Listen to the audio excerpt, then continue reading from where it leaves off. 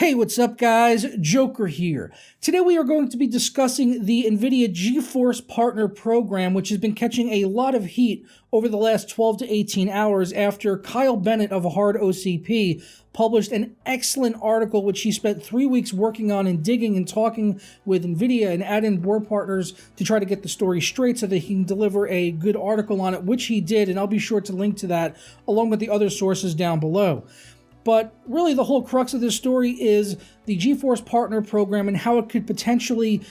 remove some of their add-in board partners from being able to work with AMD and produce their graphics cards as well. So companies like Asus, MSI, Gigabyte, just to name a few, would no longer be able to produce AMD gaming cards if they choose to join the Geforce Partner Program, and if they don't join the program, then they could miss out on some huge benefits. Now, shortly after Kyle Bennet of HardOCP had reached out to NVIDIA, they actually published an article over on the NVIDIA blog on March 1st of 2018, and they honestly do a good job of making it seem like this is a good thing for gamers. They talk a lot about consistency and all of that, and the really big sticking point on this is that they say the program isn't exclusive. Partners continue to have the ability to sell and promote products from anyone. Partners choose to sign up for the program and they could stop participating anytime. There's no commitment to make any monetary payments or product discounts for being part of the program. So really the whole point of Kyle Bennet's article is to kind of disprove that and show that after he had read into some of the documents and seen the agreements that NVIDIA is trying to make with some of the partners, it would pretty much exclude them from being able to produce AMD cards without being hit pretty hard from NVIDIA on the type of incentives they would traditionally offer any of their add-in board partners. To get the story straight, Kyle Bennet did contact some of NVIDIA's add-in board partners, and he goes on to say in his article that we have contacted 7 companies about their part in the NVIDIA GPP, or the Geforce Partner Program, and not one of the 7 would talk to us on the record if they spoke to us at all. The ones that did speak to us have done so anonymously in fear of losing their jobs, justifiably so, or having retribution placed on them and their companies by NVIDIA. All of the people that I did interview at add-in boards and at OEMs did, however, have the same thoughts on the Geforce Partner Program. Number 1, they think that it has terms that are likely illegal. 2, the Geforce Partner Program is likely going to tremendously hurt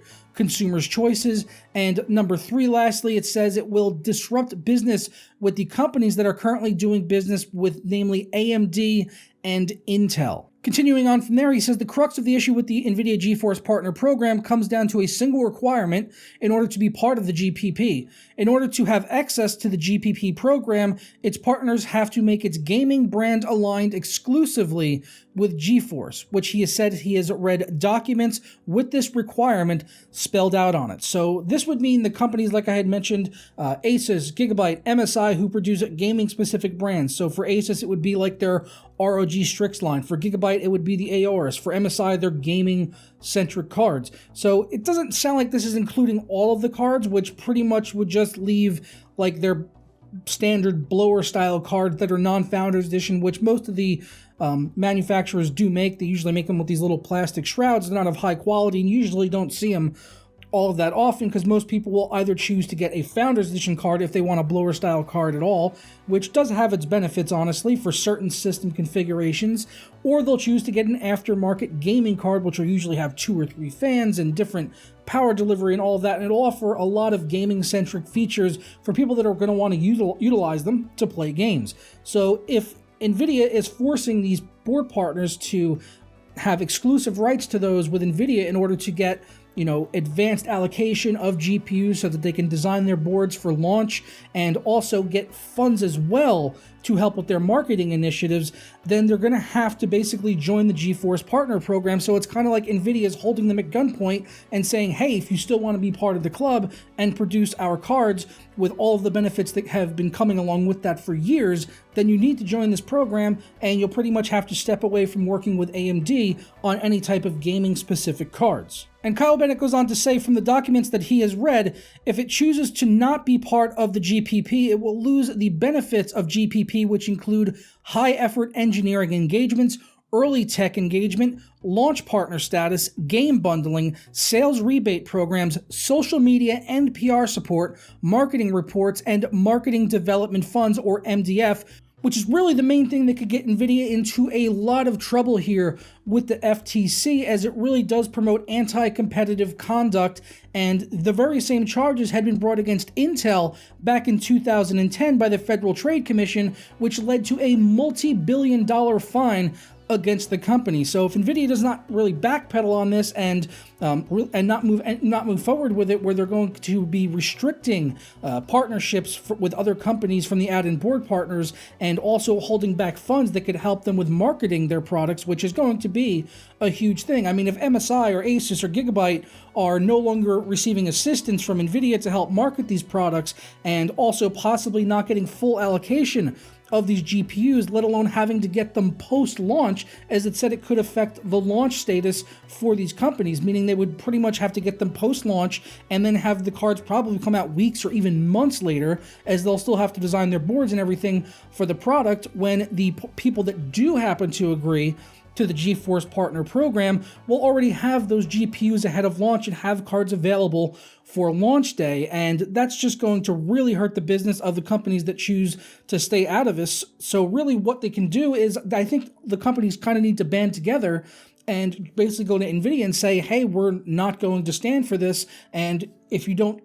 make things the way that they used to be and stop these anti-competitive practices, then we're just not going to work with you at all. And that's really what they're going to have to do. They're going to have to put their foot down and, like I said, kind of group together, and that's the only way that NVIDIA will probably back off on this, unless they receive, notices from the FTC or something about these anti-competitive practices, which could very likely be seen as trying to form a monopoly on the gaming graphics card business, which is never going to be a good thing for a major corporation. And you really have to wonder why NVIDIA would go this route, as they have the majority share of the graphics card market right now. AMD doesn't have any big competitors with them against their 10 series, and they really don't have anything in the pipeline that would probably beat what NVIDIA is planning to put out. They've even delayed the release of their next generation of graphics cards, very likely as a contributing factor is because they just have no competition. So why would NVIDIA, really go this route and make such an aggressive move and try to lock down the add-in board partners to not be able to work with AMD, as well as Intel, who Intel is now working with AMD, and Kyle Bennet had actually mentioned that a full year before it ever became public information from AMD or Intel. So he is usually pretty on the ball when it comes to his investigative journalism, and he's one of the sources I always look to try to get information before things are actually happening, because he does have a pretty damn good track record with being able to do those things. The Intel and AMD deal is probably the biggest one that some of you may remember, because it's happened so recently, and now we know Intel and AMD are working together. So it's very possible NVIDIA could just feel like they're kind of on the outs there and they're not able to work in that partnership as well. So they could just be trying to make a big move here and just try to isolate the add-in board partners the best they can, as a way of just,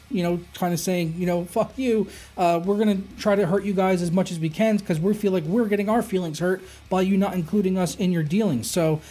really kind of a messed up situation. I hope it's not as